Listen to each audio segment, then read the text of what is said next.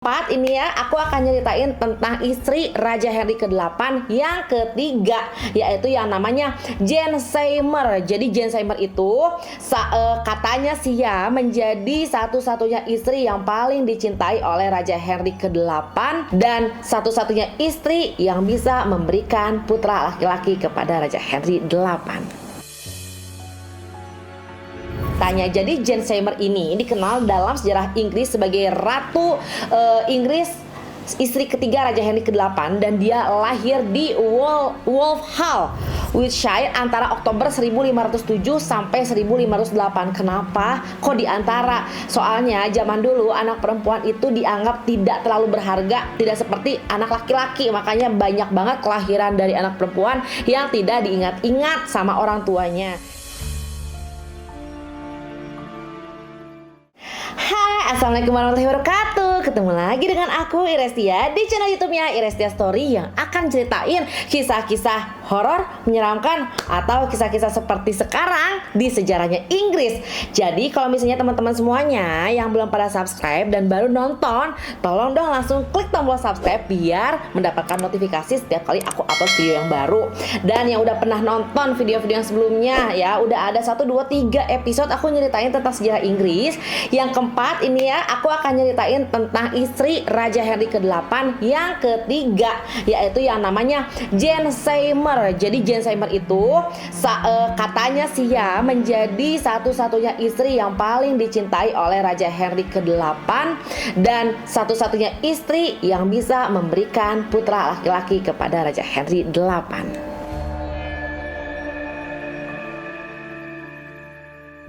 Oke, yang penasaran gimana ceritanya? Kita akan langsung masuk aja ya ke dalam inti ceritanya. Jadi Jane Seymour ini dikenal dalam sejarah Inggris sebagai Ratu Inggris, istri ketiga Raja Henry ke-8, dan dia lahir di Wolfhall, Wiltshire antara Oktober 1507 sampai 1508. Kenapa? Kok di antara? Soalnya zaman dulu anak perempuan itu dianggap tidak terlalu berharga, tidak seperti anak laki-laki. Makanya banyak banget kelahiran dari anak perempuan yang tidak diingat-ingat sama orang tuanya.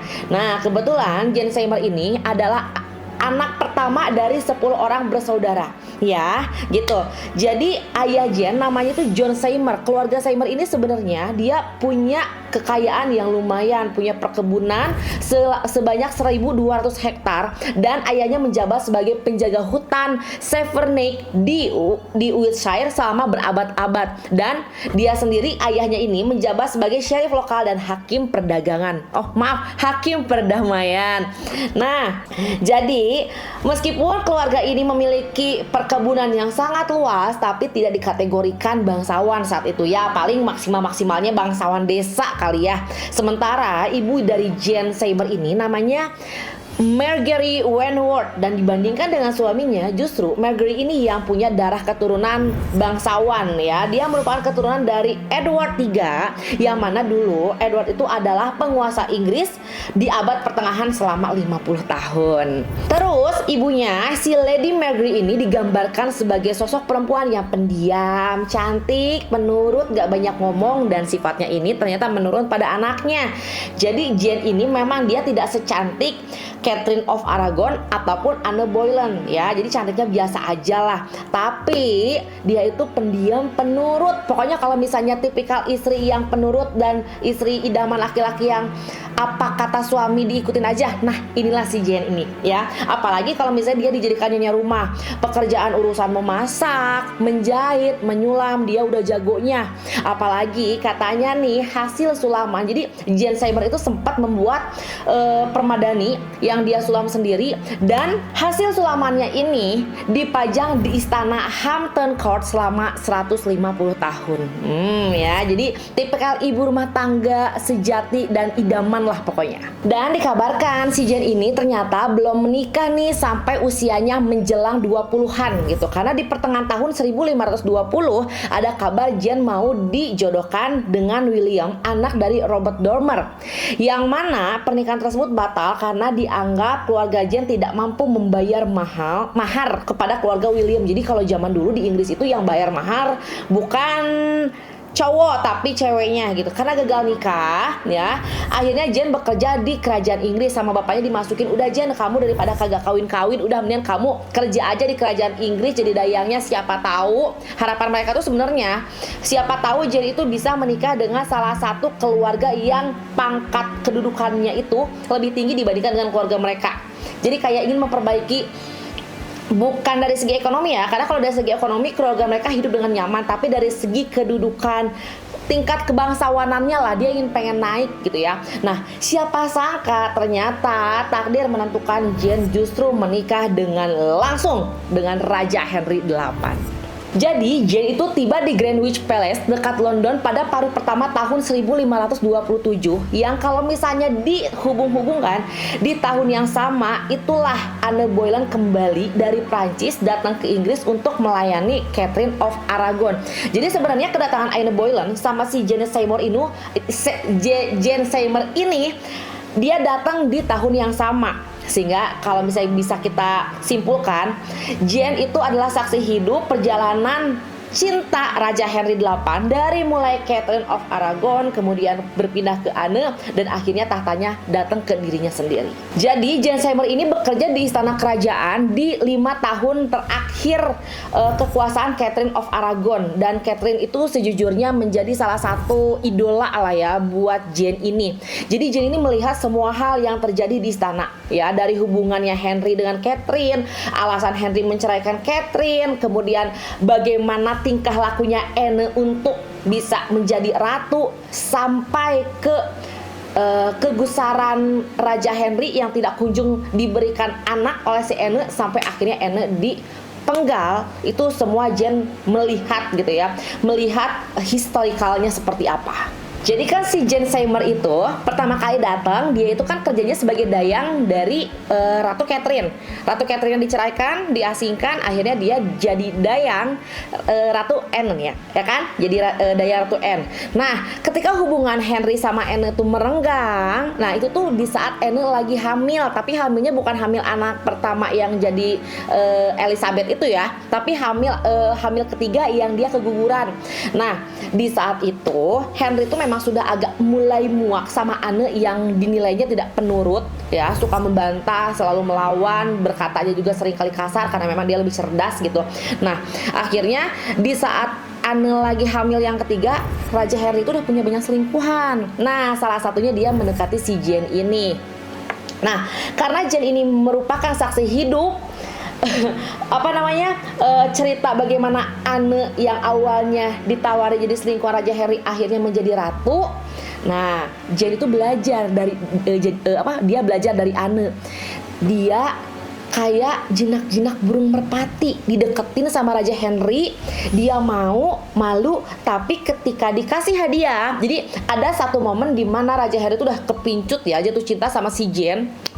Jadi dia memberikan sebuah surat cinta dan satu buah bukan amplop ya, dompet kecil yang isinya koin emas. Nah, akhirnya pegawainya, pelayannya disuruh diserahkan kepada Jane, tapi Jane hanya mencium amplop itu kemudian menyerahkan kembali kepada pengawalnya, dan dia bilang gini, "Tolong sampaikan pada raja kalau bagi saya kehormatan lebih penting dibandingkan dengan apapun itu.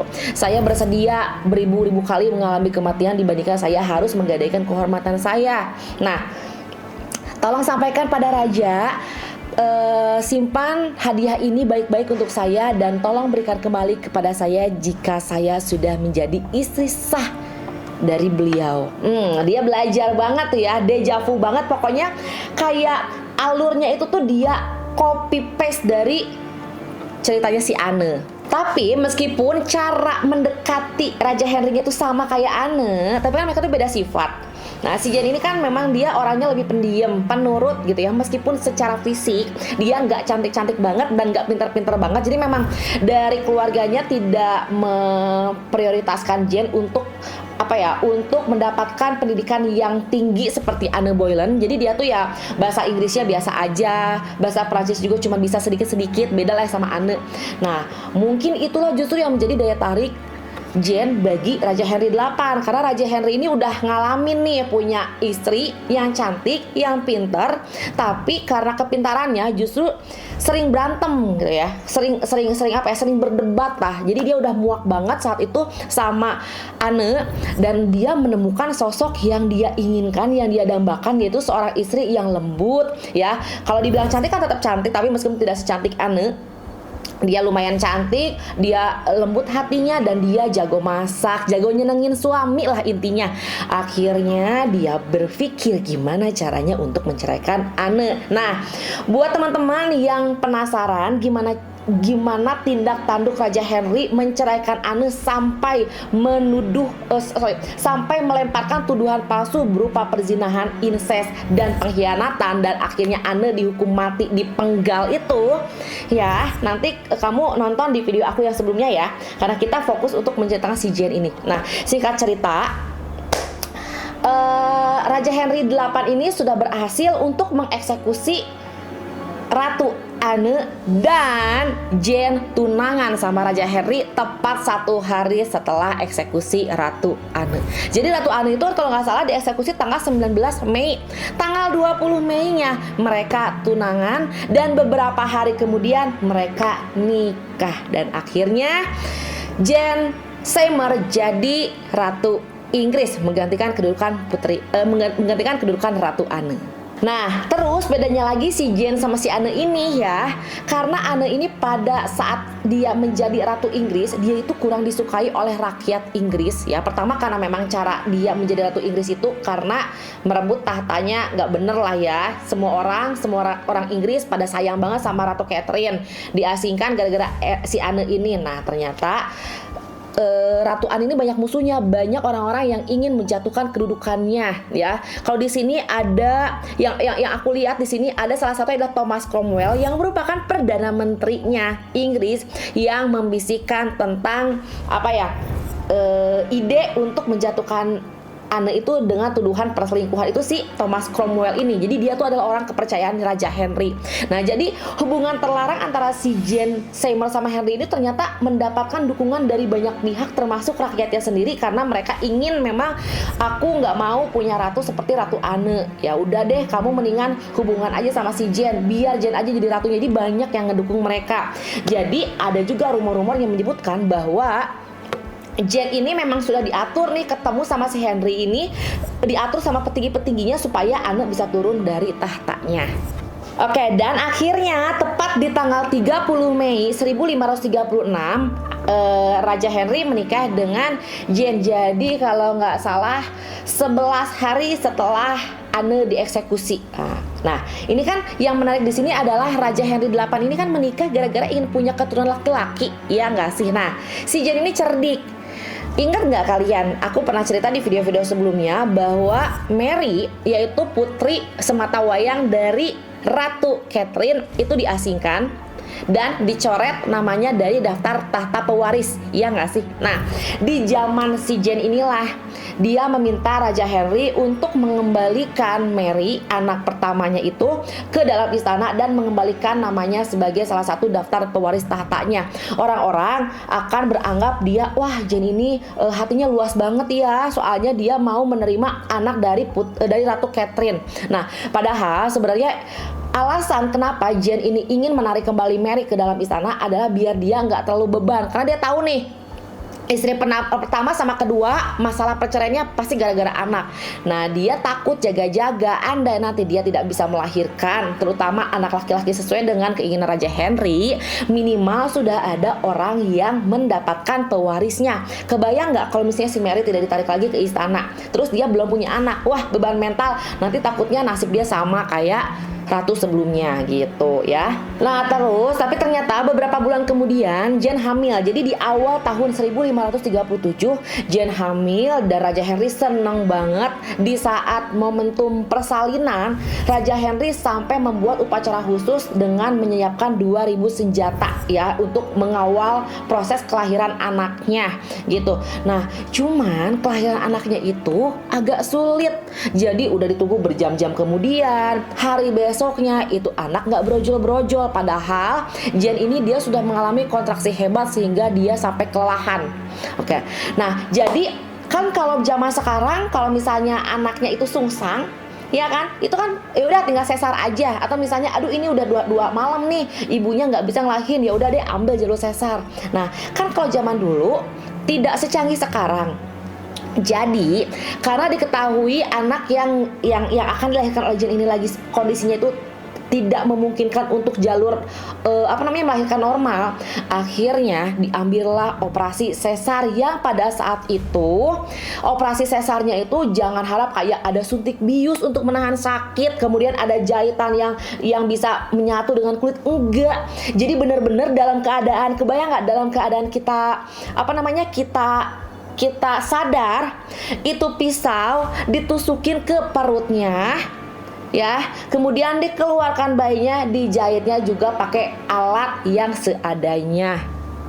Dan itulah yang terjadi sama Jane Seymour. 3 hari setelah dia merasakan kontraksi, akhirnya Jane Seymour melahirkan anak pertamanya melalui operasi sesar, dan ternyata anaknya adalah seorang laki-laki. Dan akhirnya pada tanggal 12 Oktober 1537, setelah melewati masa-masa sulit, akhirnya Jane melahirkan anak laki-laki yang ia beri nama Edward, ya. Nah, setelah melewati masa lelah, akhirnya dia meminta untuk beristirahat dulu karena memang pasca sesar ya, kita aja yang sekarang di dunia yang canggih gitu ya, abis sesar itu kan sakitnya bukan main kan, apalagi dulu. Jadi dia itu terlihat lebih pucat, lebih lesu, lebih letih dibandingkan dengan sebelumnya. Dan orang-orang sih akan berpikir oh ya udah deh kasih waktu Jane-nya untuk beristirahat 1 minggu, mungkin dia akan pulih gitu kan. Nah ternyata hari kelima setelah Jane melahirkan, dia mengalami demam hebat ya. Jadi tanggal 17 dia mengalami demam hebat dan mengalami delirium. Jadi delirium itu adalah kondisi gangguan mental yang disebabkan oleh perubahan dalam fungsi otak. Jadi penderitanya akan mengalami penurunan kemampuan berpikir dan berkonsentrasi, termasuk dalam mengingat atau melakukan fokus. Jadi kalau misalnya penderita delirium ini akan gampang bingung dan sulit untuk tidur. Nah, sempat di hari-hari besoknya Jane itu terlihat membaik, tapi sayangnya 1 minggu kemudian, yaitu di usianya 29 tahun, tanggal 24 Oktober 1537, Jane akhirnya meninggal dunia. Jadi diketahui penyebab dari kematian Jane Seymour ini adalah demam nifas yang diakibatkan oleh infeksi yang terjadi selama persalinan. Kemungkinan besar peralatan medis pada saat itu masih kurang steril, ya kan. Nah terus Jane akhirnya dikebumikan pada tanggal 12 Oktober, lumayan lama ya, sekitar 14 hari kemudian, 12 Oktober 1537 di Kapel Santo George, Istana Windsor. Dan Mary itu anaknya Raja Henry, bertugas sebagai kepala perkabungannya, dan Jane menjadi satu-satunya istri Henry yang menerima upacara pemakaman yang layak, ya gitu. Nah setelah kematiannya, Jane memang dikenal oleh semua rakyat Inggris sebagai istri Henry yang paling dicintai, yang paling disukai, yang paling dihormati. Dan itulah kesan yang ingin disampaikan oleh Raja Henry, bahwa Jane adalah istri saya yang paling saya cintai. Nah sebenarnya kalau misalnya dilihat dengan sifatnya Henry yang playboy itu, ya iyalah Jane, dia meninggal dalam keadaan Raja Henry masih mabuk kepayang, bukan dalam keadaan yang sudah bosan seperti Ratu Catherine, atau dalam keadaan Ratu Anne yang gak kunjung memberikan putra. Sementara Jane, dia meninggal setelah melahirkan anak putra yang diidam-idamkan gitu sama Raja Henry. Kemudian ya kan, masa pernikahannya aja masih baru berapa? 2 tahun aja belum. Jadi memang masih bucin-bucinnya gitu ya. Nah akhirnya ternyata kalau kita menelusuri ke masa depannya lagi, pada saat Raja Henry menikah dengan istri keenamnya yaitu Catherine Parr, dia meminta juru lukis di istana menggambarkan dirinya bersama sang ratu dan anak-anaknya. Tapi tahu nggak, istri atau ratu yang digambarkan di lukisan itu bukan Catherine Parr, melainkan wajah Jane Seymour. Jadi di situ memang membuktikan kalau di antara semua istri yang paling membekas di hatinya adalah si Jane Seymour ini. Nah, Segitu ceritanya ya. Kalau Jane Seymour itu cukup singkat dibandingkan cerita tentang Catherine of Aragon ataupun Anne Boleyn, karena memang usia dia usia pernikahannya juga seumur jagung ibaratnya. Jadi mudah-mudahan tersampaikan ya apa yang aku ceritakan, mudah-mudahan menghibur. Di next video aku akan bercerita tentang istri keempat Raja Henry, yaitu Anne juga namanya, Anne of Cleves. Ini dipikir-pikir si Raja Henry itu kawin sama orang namanya sama semua ya. Kalau nggak Catherine, Anne. Si Jane ini doang yang beda. Yang penasaran gimana ceritanya? Ya, nantikan di video selanjutnya. Maaf ya kalau ada salah-salah kata. Sampai ketemu di next video. Assalamualaikum warahmatullahi wabarakatuh. Dadah.